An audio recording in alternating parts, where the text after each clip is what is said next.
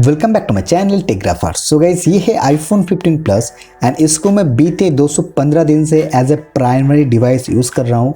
सो मैंने सोचा कि why not to give a proper review कि 215 दिन के बाद भी मेरे आईफोन 15 प्लस इसका performance, battery life, most importantly camera, at the same time overall जो यूज़र है या फिर जो एक्सपीरियंस है मुझे कैसा महसूस हुआ है। तो वीडियो को जो लास्ट तक ज़रूर देखना and at the same time ये बताऊँगा लास्ट में कि क्या आज के 2024 में after release of almost 7 to 8 months क्या आईफोन 15 प्लस अभी भी 2024 में आपको खरीदना चाहिए या नहीं। तो वीडियो को जो लास्ट तक ज़रूर देखना। तो फर्स्ट ऑफ ऑल मैं बात करना चाहूँगा आईफोन 15 प्लस का बिल्ड क्वालिटी को लेके, क्योंकि मुझे ऐसा लगता है कि इस बार जो है आईफोन 14 की तुलना में आईफोन 15 या 15 प्लस दोनों का जो बिल्ड क्वालिटी है वो और ज़्यादा स्ट्रॉन्ग है और ज़्यादा स्टेबल है। एट द सेम टाइम यहाँ पर जो पीछे का पोर्शन जो है kind of frosted matte type का जो दिया गया है वो बहुत ही सही लगता है।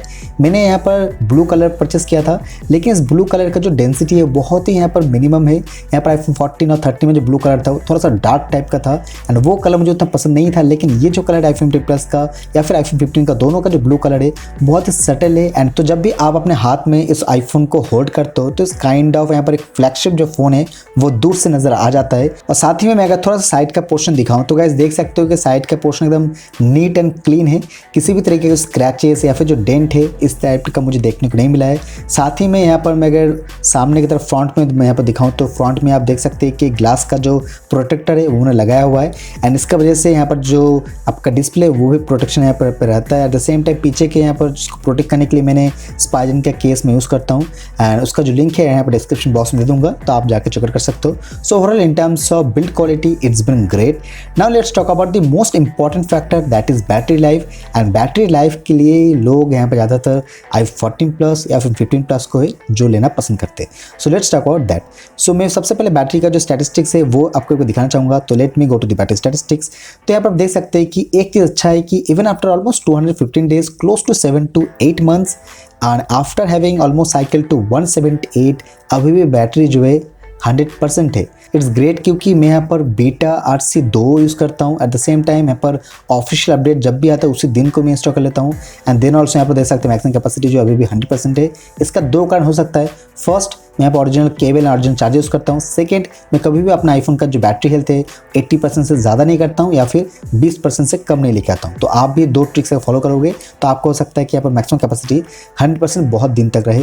एंड मैं अगर बात करूँ यहाँ पर स्क्रीन ऑन टाइम को लेके, तो on an average after using of almost 215 days मुझे कहीं यहाँ पर 6 से 7 घंटे के बीच में जो SOT है, स्क्रीन ऑन टाइम जो है वो मुझे मिल रहा है। एंड बैटरी यहाँ पर जो लाइफ है वो यहाँ पर डिटरमाइन करता है कि अभी करंट वर्जन ऑफ iOS क्या चल रहा है। जैसे कि अभी iOS चल रहा है iOS 20.5.1 एंड ये जो अपडेट है ये दोनों दो टाइप का जो यूज़र्स है, एक यूज़र्स कहते हैं कि उनका बैटरी हेल्थ इस अपडेट की वजह से गिर चुका है।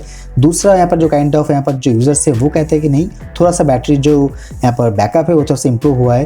यहाँ पर मेरे केस में मैंने एक चीज़ देखा है कि हेल्थ तो यहाँ पर ठीक है, अभी भी 100% है, लेकिन बैटरी का जो बैकअप है वो मुझे कहीं थोड़ा सा कम मिल रहा है as compare with the iOS 20.5। iOS 20.5 में थोड़ा सा मुझे यहाँ पर ज़्यादा बैटरी बैकअप मिलता था, लेकिन iOS 20.5.1 में यहाँ पर 30 से ऑलमोस्ट 40 मिनट तक यहाँ पर SOT का जो डिफरेंस है वो मुझे देखने को मिला है। Now if I talk about some of my users, तो गाइज यहाँ पर देख सकते हैं मेरे को यहाँ पर एक कमेंट किया था H677 यूज़र्स ने। उनका कहना है कि उनके पास भी iPhone 15 है, लेकिन सिर्फ 58 साइकिल काउंट में उनका बैटरी हेल्थ हो चुका है 97। So this is the concern. अगर आपके आईफोन में बैटरी हेल्थ बहुत ही फास्टली यहाँ पर डिक्रीज या फिर कम हो रहा है, तो फर्स्ट ऑफ ऑल आपको कभी भी जो लेटेस्ट सॉफ्टवेयर आते हैं उसको तुरंत मत इंस्टॉल करो। Just wait for 2 to 3 days, listen the review, see the review and if you find any kind of bug या फिर issues then stay on your old update. ज़रूरी नहीं कि हर एक आप यहाँ पर लेटेस्ट अपडेट को इंस्टॉल करें। एट द सेम टाइम अगर उससे या फिर रेट जो है अगर बहुत ज़्यादा हो रहा है बैटरी गिरने का, तो सर्विस सेंटर भी आप जा सकते हो। एट द सेम टाइम अगर आपको 100% तक रहना है तो मैंने जो यहाँ पर दो मेथड बताया, पहला जो भी ओरिजिनल चार्जर है तो उसको यूज़ करो, दूसरा यहाँ पर जो बैटरी जो है उसको 20% से नीचे मत होने देना और यहाँ पर 80% से ज़्यादा मत होने देना। तो ये दो काम करोगे अपने हिसाब से, या फिर अगर सर्विस सेंटर वगैरह जाओगे तो बैटरी हेल्थ जो है इसका प्रॉब्लम है वो सॉल्यूशन हो सकता है। साथ ही में और एक यूज़र ने उन्होंने लिखा है कि उनका लास्ट 2 हफ्ते में 3% का जो बैटरी हेल्थ है वो गिर चुका है। सेम टाइम यहाँ पर और एक यूज़र ने, उनका नाम है करणदीप, उनका आईफोन 15 प्रो मैक्स है, उनका भी 99% जो बैटरी हेल्थ है वो हो चुका है। And after the release of iPhone 4.1 जो बैटरी जो बैकअप है बहुत ज़्यादा पुअर है।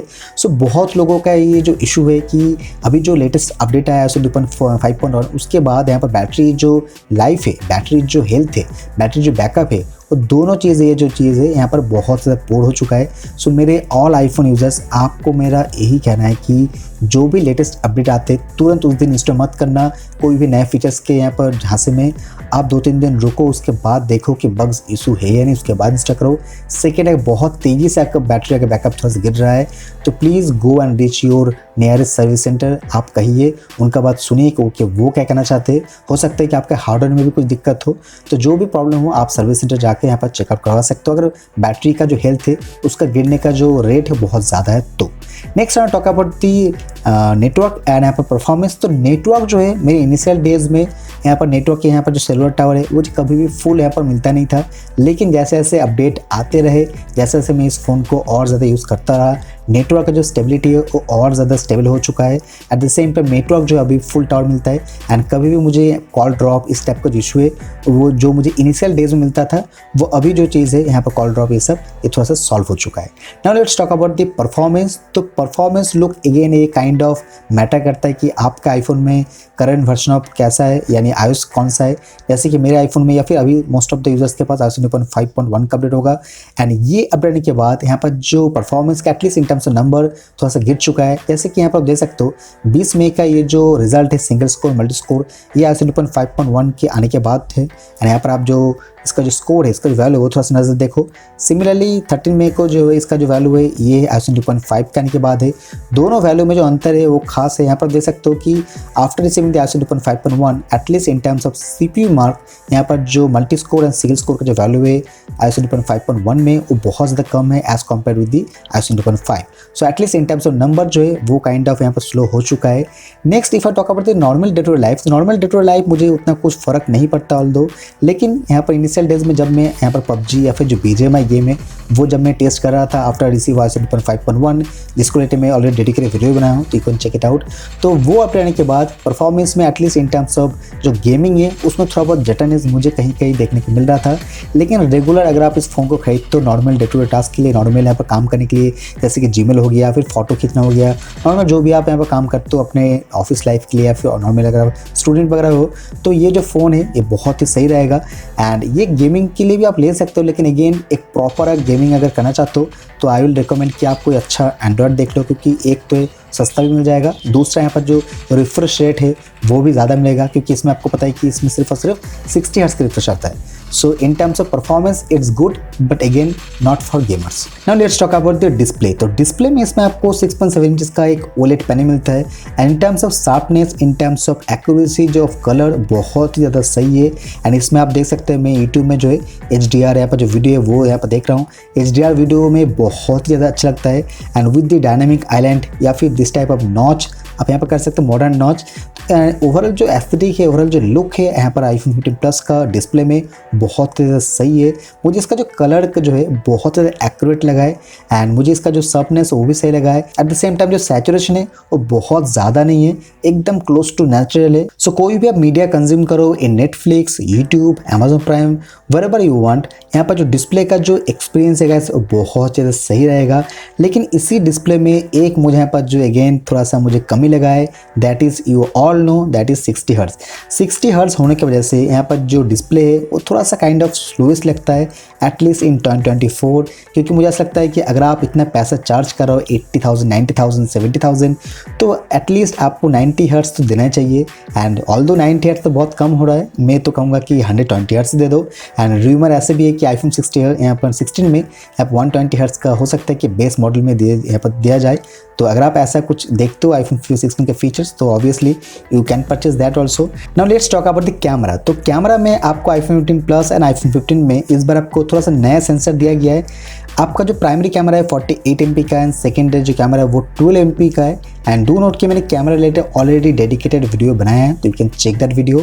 यहाँ पर कैमरा का जो ओवरऑल आउटपुट है मेरे हिसाब से बहुत ही सही आता है, लेकिन एट द सेम टाइम मैंने ये भी यहाँ पर एक्सपीरियंस किया है कि जो भी लेटेस्ट अपडेट आ रहा है iOS का, उसके साथ कैमरा जो है मुझे कहीं ना कहीं थोड़ा सा डाउनग्रेड देखने को मिला है।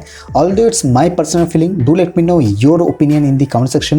And as far as camera goes for the picture quality and video quality, picture quality is been good, whether it is day light या फिर नाइट, पिक्चर क्वालिटी बहुत ही सही है। एंड अगर आपको सिंपली अगर कोई भी आपको फोटो लेना है एकदम सिंपली बहुत ही जल्दी से यहाँ पर फोटो ले लेता है। एंड फोटो का क्वालिटी भी है यहाँ पर आप देख सकते हैं कितना सही है। लेकिन यहाँ पर जो फोकस है मुझे कई बार फोकस ठीक से होता नहीं है, लेकिन सो यहाँ पर मैनुअल फोकस यहाँ पर मुझे करना पड़ता है। ओवरऑल यहाँ पर in terms of camera it's been good, it's been stable. अगर आप यहाँ पर कोई नॉर्मली फोटो वगैरह उतना इंथुसियास्टिक नहीं हो तो ये जो फ़ोन है iPhone 15 या 15 प्लस आपको पसंद आएगा। Now let's talk about the dynamic island and type C port. तो लुक डायनेमिक आइलैंड जो है मुझे बहुत ज़्यादा खास लगा है एंड एस्थेटिक वाइज मुझे बहुत ही ज़्यादा सही भी लगता है।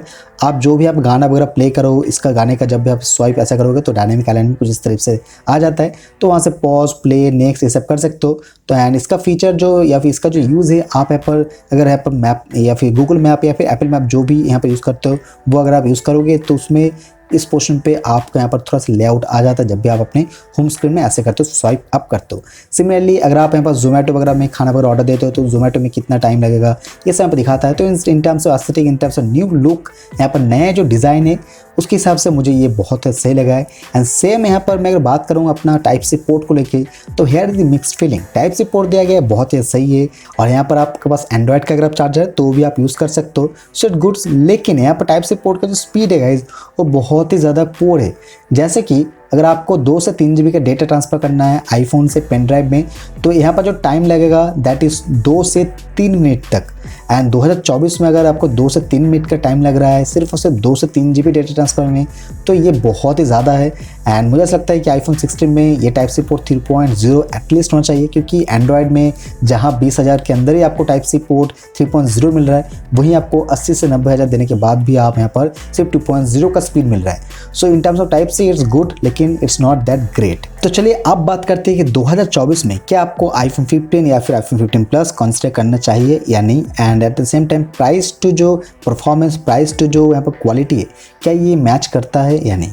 सो लुक, अगर मैं अभी यहाँ पर फ्लिपकार्ट में जाऊँ, प्राइस अगर आपको थोड़ा सा चेक करके बताऊँ, तो अभी जो फ्लिपकार्ट में चल रहा है iPhone 15 प्लस का दैट इज़ 82,000, एंड वही यहाँ पर अमेजोन पे चल रहा है ऑलमोस्ट यहाँ पर 80,500 या फिर 600।